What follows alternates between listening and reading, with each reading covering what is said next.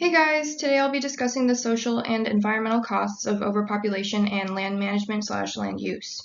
We'll look at not just the symptoms like sprawl or pollution, but also the deeper structural causes, government roles, and the real human consequences. This topic connects global economic systems, environmental degradation, and social inequality. So let's dive into why these issues are happening in the first place. Alright, so why are land use and management issues happening? At the root of land use issues is the treadmill of production. It's a theory that says modern economies are locked into a cycle of constant growth, meaning more extraction, more waste, and more sprawl. This cycle is not just inefficient, I think it's inequitable. The world systems theory also gives us insight. It shows us how global capitalism exploits the land of less developed or peripheral countries. This often leaves them environmentally degraded and economically dependent.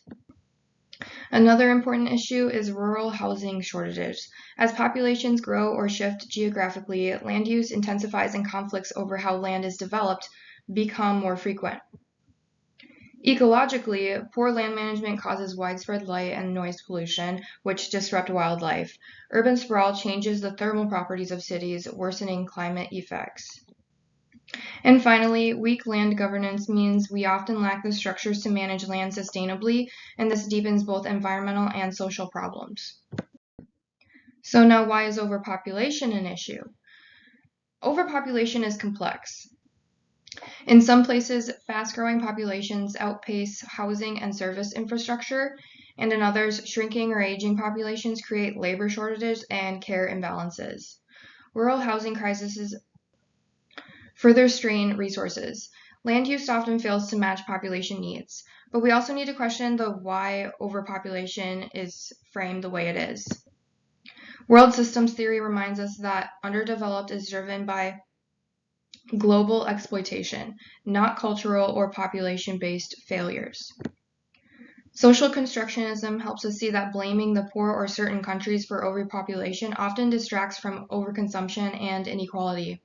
And the conflict theory shows that policies are usually made by elites and for elites, like reinforcing social divides.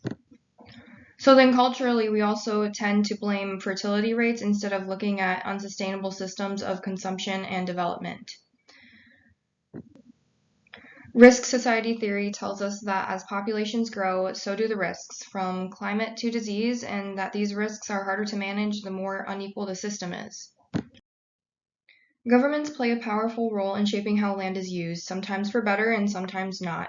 There are examples of responsible action, like Oregon's 1973 Urban Growth Boundary Law, which protects farmland by containing urban sprawl.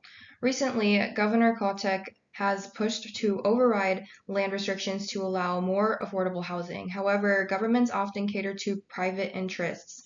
Land use decisions usually benefit developers and large landowners rather than vulnerable communities. Green incentives like subsidies for solar panels or EVs are steps in the right direction but aren't always equitably distributed. On the flip side, deregulation can harm low-income communities while favoring corporations.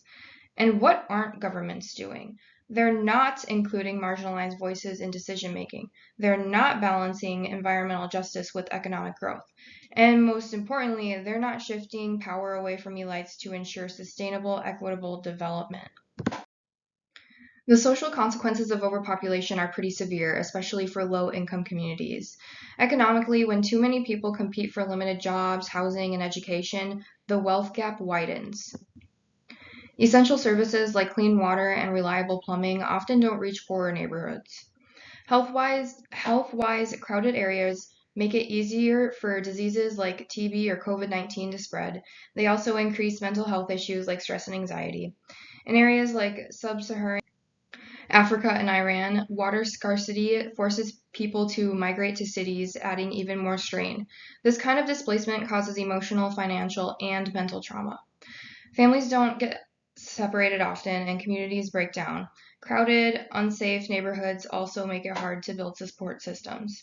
Finally, governments often fail to respond effectively. Local conflicts over food and water, like those seen in Central Asia, show how quickly environmental stress can become political instability. Poor land use has deep effects on public health and economic opportunity.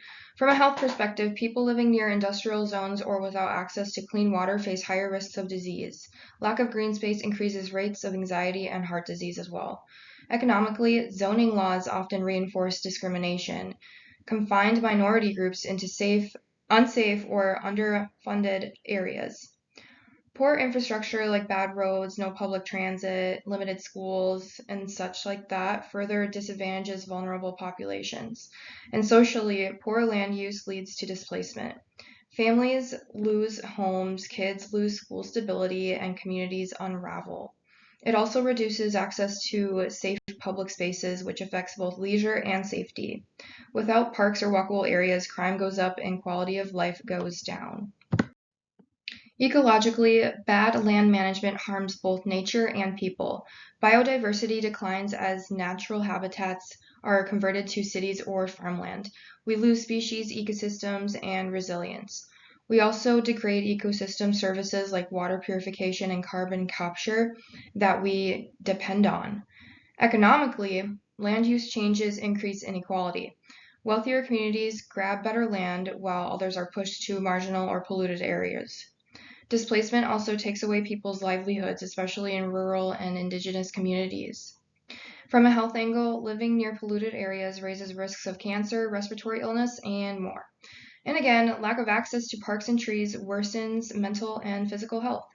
Socially, forced relocation leads to loss of culture and community.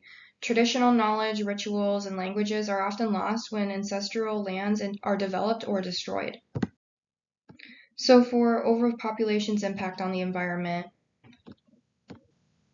let's zoom out to the broader environmental consequences of overpopulation.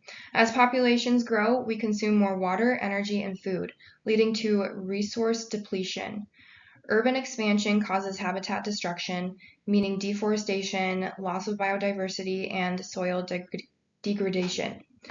Pollution rises too. More people means more emissions, waste, and contaminated water. Economically, scarcity drives up prices, disproportionately hurting low-income families. More people also mean more competition for jobs, raising unemployment and job insecurity. Health-wise, overcrowding with poor sanitation helps diseases spread. Food shortages cause malnutrition, especially in children and elders, and environmental stress adds to mental health issues. Finally, the social fabric suffers. Families are displaced, cultures eroded, and as resources become scarce, tensions rise, leading to unrest or even conflict.